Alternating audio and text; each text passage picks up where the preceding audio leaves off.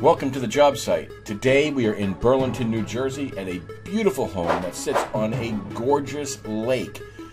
This room's been an in-home office since the early 1970s, but today that all changes. Thanks for tuning in and watching us as we remodel this space. I'll explain what we're hired to do right after this.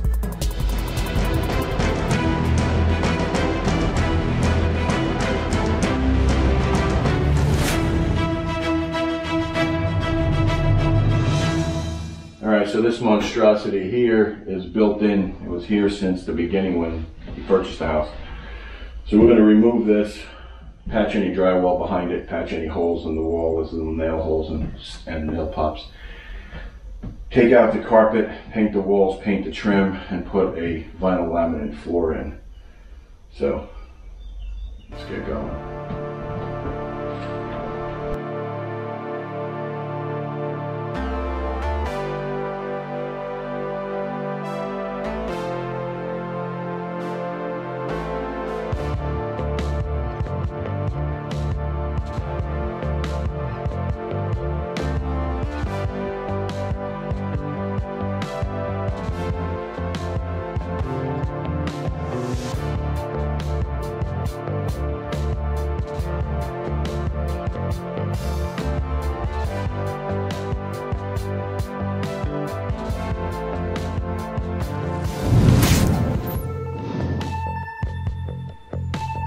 You wouldn't have known it from when I introduced the job and initially showed you this room, but two of the corners were really ugly where the paper tape pulled away from the wall.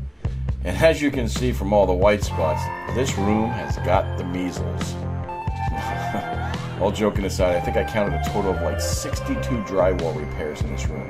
Of course, many of them were just nail holes, but 62 individual spots.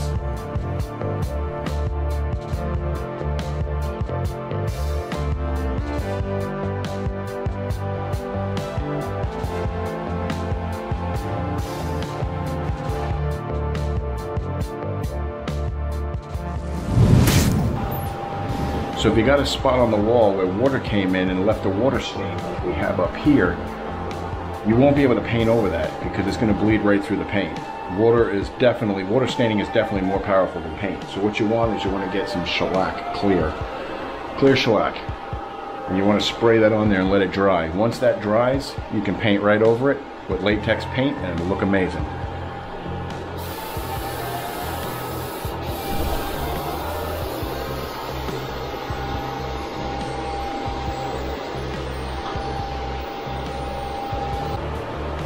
And that's it.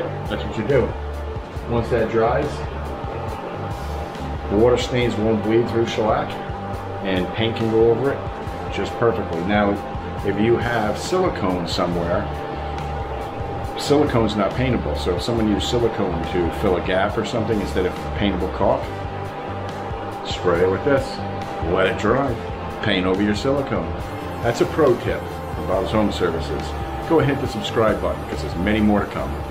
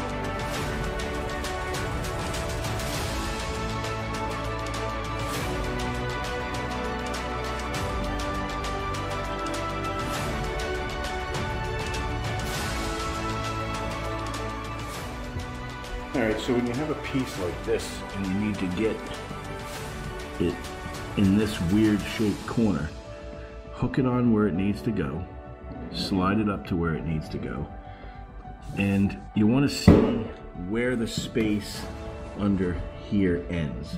And if you don't know, you can just try to shove a piece under it, and you can see it doesn't go very far. It only goes to right underneath the trim. Now you can use a multi-tool and you can cut that out further if you want, or you can clip this on here and you can make a mark right there that represents the edge of this trim.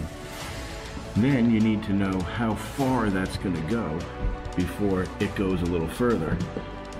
So you just bring it over here to the wall where it's going to go,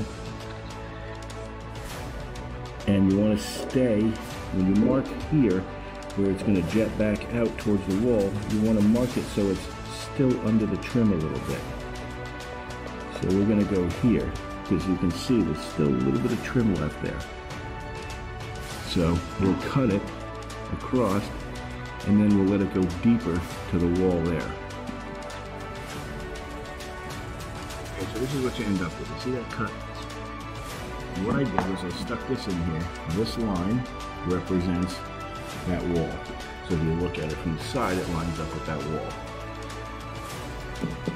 Until it gets to the edge of this, but under a little bit. And then it jets this way a little bit because it can't go back as far as the wall. And then it comes over this far to this line. See, this line represents the edge of that. So it sticks out further here. So this way, when it's in there, this part will be lined up with that wall. This will jet out to come around this, and then this line goes back in there. And we're going to take this screw out of here so that we can slide it right under.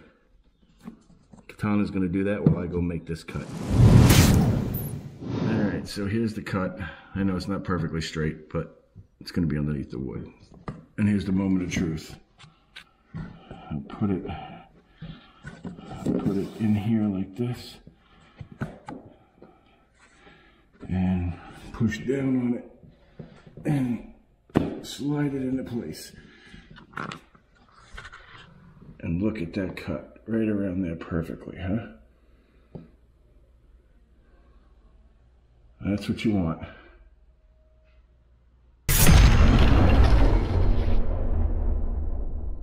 So when you have a piece that you need to put up against a wall or under a countertop or a cabinet or anything, not countertop, cabinet, you lay it over a previously installed piece. This piece is already previously installed, so we sit on top of that, and then you use a cheater piece, which is just the same flooring without the tongue on it, and you put it up against the drywall and trace it onto your piece.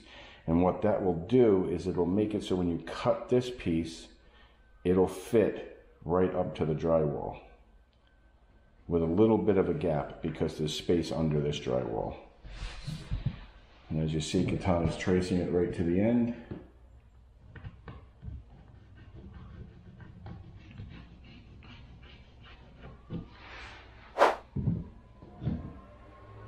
And if your wall's crooked, this will follow the contour of your wall and make it perfect. As you can see, that's pretty much a straight cut.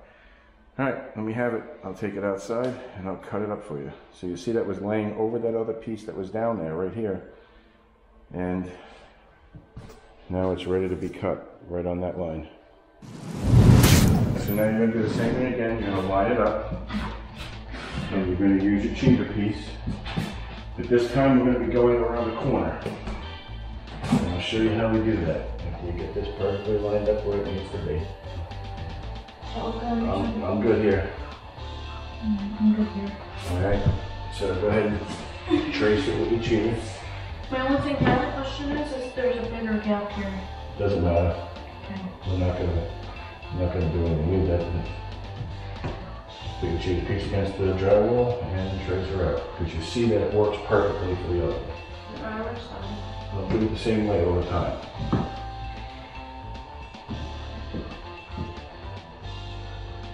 Turn it around the other way maybe, because that's how it's jagged.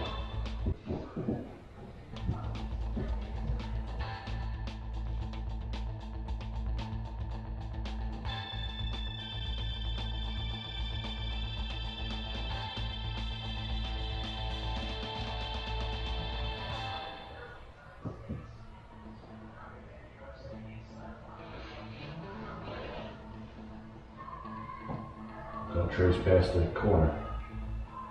Bring this to your corner.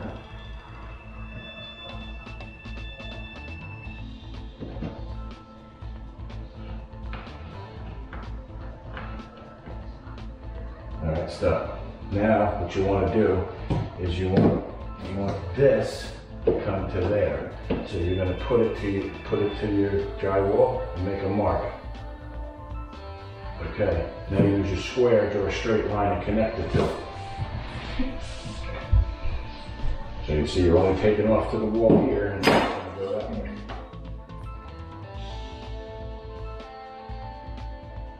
Yep. And now just connect the two.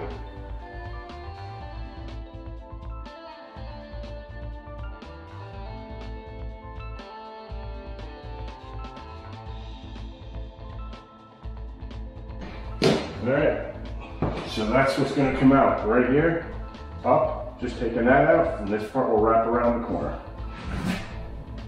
Alright, moment of truth.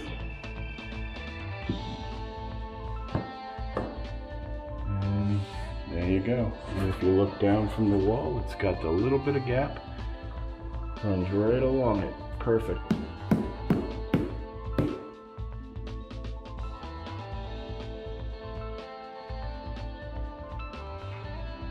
So we've got about 4 more pieces in the entry to do, and we have to do the closet, and then all the flooring's in and it's trim tied.